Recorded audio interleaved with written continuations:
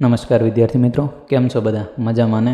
તો આજે આપણે શીખવાના છીએ ધોરણ 9નું ચેપ્ટર નંબર 11 પૃષ્ઠફળ અને ઘનફળ તેના સ્વાધ્યાય 11.1નો દાખલા નંબર 1. તો દાખલા નંબર 1 સ્ટાર્ટ કરતાં પહેલાં જો તમે આગળની થિયોરીનો વિડીયો ના જોયો હોય તો સૌપ્રથમ તે વિડીયો તમે જોઈ લેજો, કારણ કે તેના કારણે જે તમારા આ સ્વાધ્યાયની અંદર જે સૂત્રો ઉપયોગ થાય છે તેના વિશેનો કન્સેપ્ટ ક્લિયર થઈ જશે. તો આ જે સ્વાધ્યાય છે તે માટે તમારે ખાસ 3 સૂત્રો યાદ રાખવાના છે. જે 3 સૂત્રો મેં તમને આગળની થિયોરીની અંદર શીખડાવી દીધા હતા.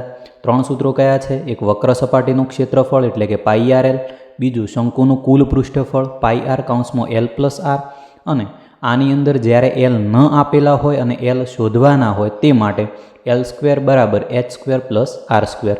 આ 3 સૂત્રો તમારે ખાસ યાદ રાખવાના છે. તો દાખલા નંબર 1 સ્ટાર્ટ કરીએ છીએ. દાખલા નંબર 1 છે કે શંકુના પાયાનો વ્યાસ 10.5 સેમી અને તેની ત્રાંસી ઊંચાઈ 10 સેમી છે, તેની વક્ર સપાટીનું ક્ષેત્રફળ શોધો. તો આની અંદર જુઓ તમે, દાખલાને સાથે સમજતા રહેજો. દાખલો એકદમ સહેલો છે. કેટલાક મિત્રો કહેતા હોય છે કે અમને ચેપ્ટર 11 પૃષ્ઠફળ અને ઘનફળ બહુ હાર્ડ લાગે છે.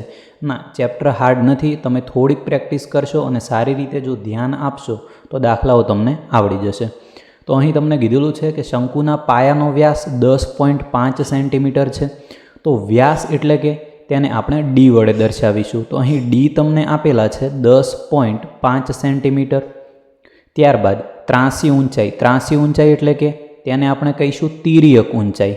ત્રાંસી ઊંચાઈને કયા શબ્દોમાં કહીશું આપણે? બીજા શબ્દોમાં ત્રાંસી ઊંચાઈને કહીશું તિર્યક ઊંચાઈ.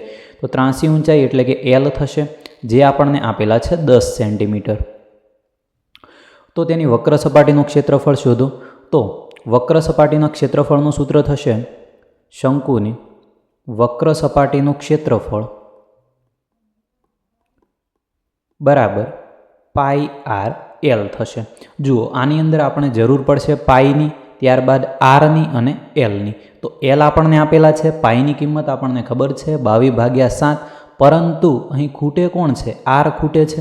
તો આર આપણે કઈ રીતે શોધીશું? તો અહીં જુઓ તમે, ડી આપણને આપેલા છે. ડી એટલે કે વ્યાસ. તો ત્રિજ્યા કેટલી થવાની છે? વ્યાસની અડધી. તો ત્રિજ્યા એટલે કે આર. આર કેટલા થશે? વ્યાસના અડધા એટલે કે 10.5/2. તો આ જો તમારે ભાગાકાર કરવો હોય તો કરી દેવાનો, ના કરવો હોય તો આ જે કિંમત છે તેને એઝ ઇટ ઇઝ સૂત્રની અંદર મૂકી દેવાની રહેશે. તો જે પાઈની કિંમત છે તે થશે 22/7 ગુણ્યા આરની કિંમત આપણને મળે છે 10.5/2 ગુણ્યા એલ આપણને આપેલા છે 10. હવે જુઓ, અહીં તમારે કશું જ નથી કરવાનું, એકદમ સિમ્પલ રીતે દાખલો ગણાઈ જશે. તો 22 એટલે 11 દુ 22, 11 દુ 22, તો ઉપર 11 આવશે. તો હવે વધે કોણ છે? 11/7. અહીં હું તમને વધારે સ્ટેપ લખાવું છું. જો તમને શોર્ટ સ્ટેપની અંદર જો તમે દાખલો ગણી શકતા હોય તો તમે ગણી શકો છો. ગુણ્યા 10.5 છે. તો 10.5 એટલે આને આપણે બીજી કઈ રીતે લખી શકીએ? 105/10 ગુણ્યા 10. તો આ જો તમને ખ્યાલ ના આવે તો એકદમ સિમ્પલ છે કે પોઈન્ટ પછી જેટલી સંખ્યાઓ આપેલી હોય તેટલા છેદની અંદર એકની પાછળ શૂન્ય મૂકવાના. હું તમને એક એક્ઝામ્પલ પણ સમજાવી દઉં છું. એક્ઝામ્પલ તરીકે તમને 2.75 આપેલા હોય તો તેને તમે કઈ રીતે લખી શકો છો? તો તેને તમે લખી શકો છો 275. પોઈન્ટ પછી 2 સંખ્યા છે તો છેદમાં આપણે 100 લખીશું. પોઈન્ટ પછી 3 સંખ્યા હોય તો 1000 લખીશું. તો મને લાગે છે કે આ જે તમારો કન્સેપ્ટ છે તે ક્લિયર થઈ ગયો હશે. તો અહીં હવે જુઓ તમે, ફરીથી આપણે દાખલા ઉપર આવી જઈએ. તો અહીં 10 અંશ અને છેદમાં છે તો કેન્સલ થઈ જશે. ત્યારબાદ જુઓ, 105/7 છે.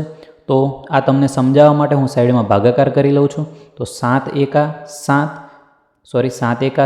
10માંથી 7 જાય તો વધશે 3, ઉપરથી આવ્યા 5, 7 પંચા 35. તો 0 કોણ આવે છે? જવાબ 15 આવે છે. તો 15 સીતા 105, તો ઉપર આવશે 15. કોણ વધે છે હવે લાસ્ટમાં? 11 અને 15. તો લખીશું 11 × 15. આ ગુણાકાર કરી લઈએ. તો આ જે રફ કામ તમે કરો છો તે એક્ઝામની અંદર તમે જે દાખલો ગણો છો તેની બાજુમાં નથી કરવાનો. તમારે જે સપ્લિમેન્ટરી અથવા તો પુરવણી તમને આપેલી હોય તેના લાસ્ટ પેજ પર તમારે આ કાર્ય કરવાનું રહેશે. તો ગુણાકાર કરીએ 15 × 11. તો 15 × 11 કરો કે 11 × 15 કરો એ જ થશે.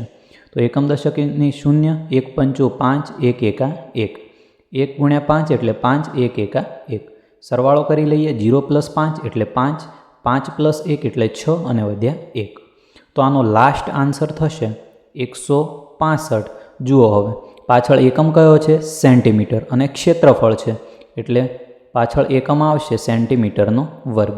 તો આ થશે આપણો ફાઇનલ આન્સર. દાખલો એકદમ સિમ્પલ છે. જેમ જેમ આગળ સ્વાધ્યાયમાં તમે વધતા જશો એમ દાખલાનું લેવલ થોડુંક ટફ થતું જશે.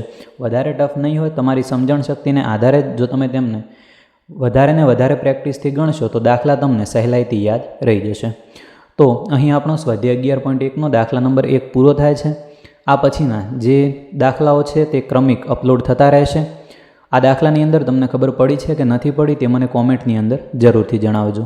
અને આ સિવાયના જે બીજા વિડીયો છે તેની લિંક તમને નીચે ડિસ્ક્રિપ્શન બોક્સની અંદર મળી જશે.